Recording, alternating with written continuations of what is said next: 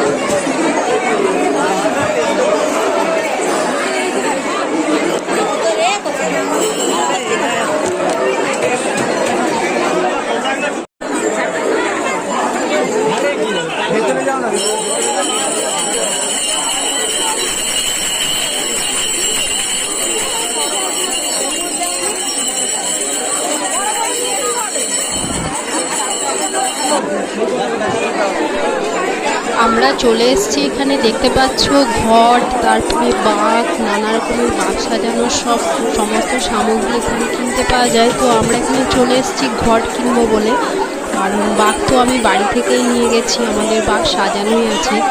তো এখান থেকে আমরা ঘট কিনে নেব, তার জন্য আমি আর আমার বোন চলে এসেছি এখানে। আর এখানে আসার সময় এত ভিড় কি বলবো। তো যাই হোক, ঘট কেনা হয়ে গেছে। আর আমরা প্রায় যেখানে 10 মিনিটের রাস্তা, সেখানে প্রায় আমাদের যেতে 1.5 ঘন্টা টাইম লেগেছে শুধু গঙ্গার মানে পাড়ে যেতে।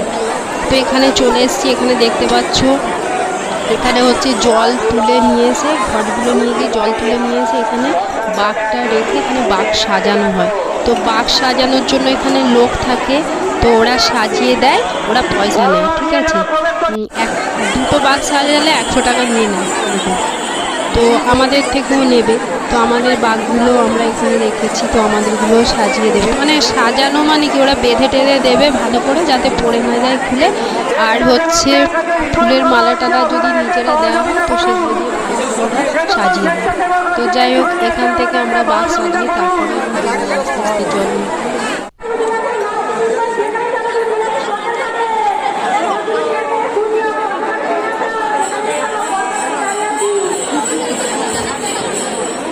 মহিলা পেশা করে নাই সেখানটা আছে।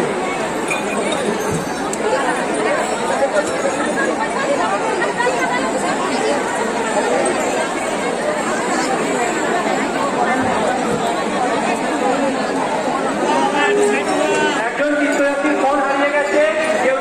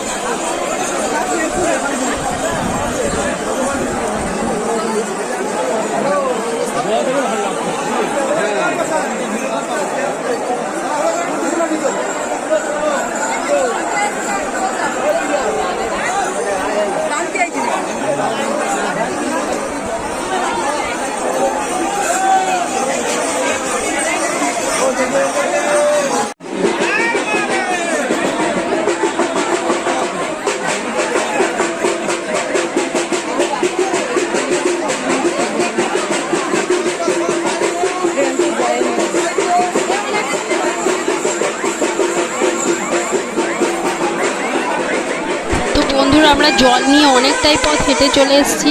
তো এখানে দেখতে পাচ্ছ এটা হচ্ছে শেওড়াফুলি রেল গেট আর কি। তো এখানে পর্যন্ত চলে এসেছি আর গেটটাও পড়ে গেছে এমন। আর দেখতে পাচ্ছ অসংখ্য মানুষ সব জমা হয়ে গেছে। তো ট্রেনটা যাওয়ার পর গেটটা তুললেই আমরা পাশে দাঁড়িয়ে আছি সাইডে, কারণ রাস্তার মাঝখানে দাঁড়াতে পারবো না, এত ভিড়, মানে চেপে ফেলে দিচ্ছে এমন অবস্থা। তো একটুখানি ফাঁকা হয়ে গেলে তারপর আমরা আবার হাঁটা শুরু করবো।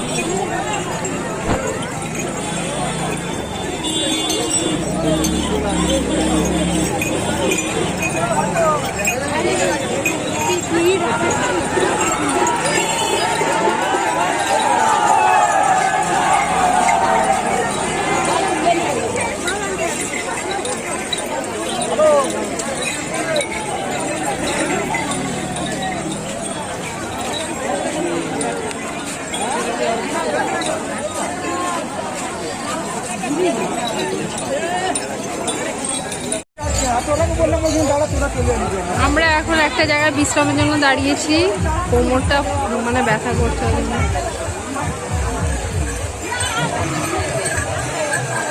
শেষ নেই।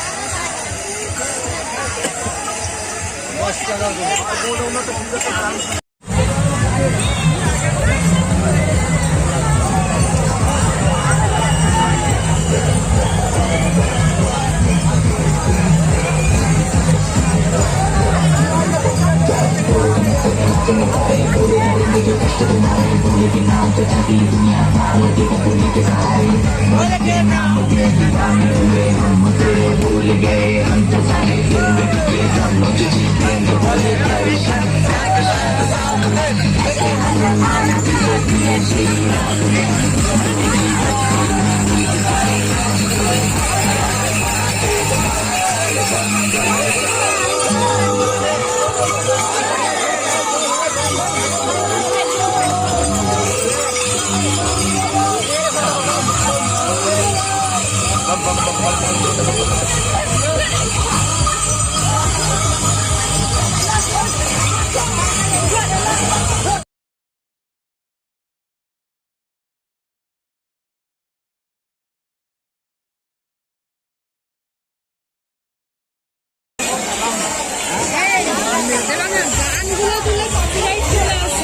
গানগুলো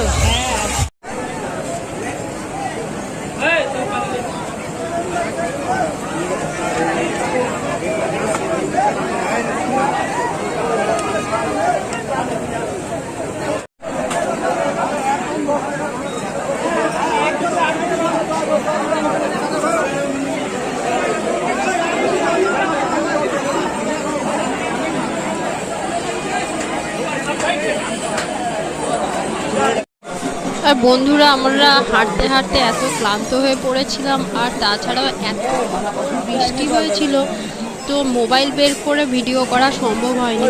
তো আমরা তো পৌঁছে গেছি বাবার ওখানে, আমাদের জলও ঢালা হয়ে গেছে, আর এখন বাজে সকাল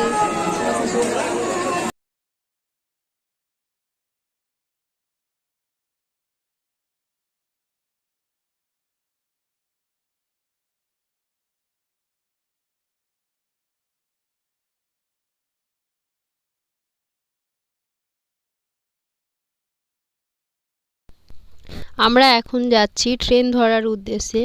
তো আমরা দেখতে পাচ্ছ এত প্রচণ্ড ভিড়, এত ভিড়, ট্রেনে আদৌ আমরা উঠতে পারবো কিনা জানি না। তো আগে যাওয়া যাক, যদি উঠতে পারি তো ভালো কথা, তাড়াতাড়ি পৌঁছে যাব, এটাই হচ্ছে কথা। কারণ পরপর ভিড় বাড়তেই থাকবে, যত বেলা হবে তত ভিড় বাড়বে। ঠিক আছে, এখনও অনেক বহু মানুষের এখনও জল ঢালা বাকি, সেই জল ঢালতে ঢালতে অনেকের বিকেল হয়ে যেতে পারে, এমন অবস্থা, এত লাইন। তো এসছি বলে দেখতে পেলাম যে কেমন অবস্থা হয় শ্রাবণ মাসে, বাপরে বাপ যা ভিড়।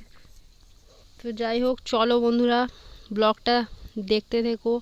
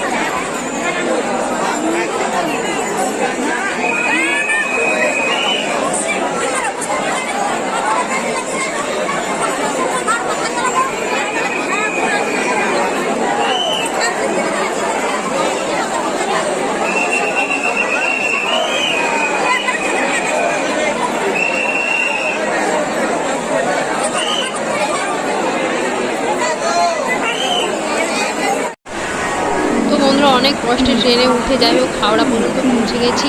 আর আমার বোনেরা চলে যাবে গড়িয়া, আর আমি চলে যাবো আমাদের বাড়ির উদ্দেশ্যে। তো আমাকে এখন ট্রেন ধরতে হবে, আর আমি এখন আমার বাড়ি যাওয়ার আমাদের ওখানকার ট্রেনে আমি উঠে পড়েছি, তো যাচ্ছি আর কি। আর আজকের ব্লগটা আমি আর বেশি বড় করবো না। তো বন্ধুরা ব্লগটা কেমন লাগলো আর তারকেশ্বর ভ্রমণ কেমন লাগলো অবশ্যই তোমরা কমেন্টে জানিও, ঠিক আছে। আর আজকের মতো ব্লগটা আমি এখানে শেষ করছি। তোমরা ভালো থেকো, সুস্থ থেকো, আর অবশ্যই লাইক করো, শেয়ার করো, কমেন্ট করে জানিও যে ভিডিওটা যতটুকু পেরেছি চেষ্টা করেছি ভিডিওটা করার জন্য। তো অনেক বৃষ্টি হয়েছিল, তার জন্য আমি অনেক কিছু ভিডিও করতে পারিনি, তার জন্য দুঃখিত। তো টাটা বন্ধুরা, সবাই ভালো থেকো, সুস্থ থেকো, বাই।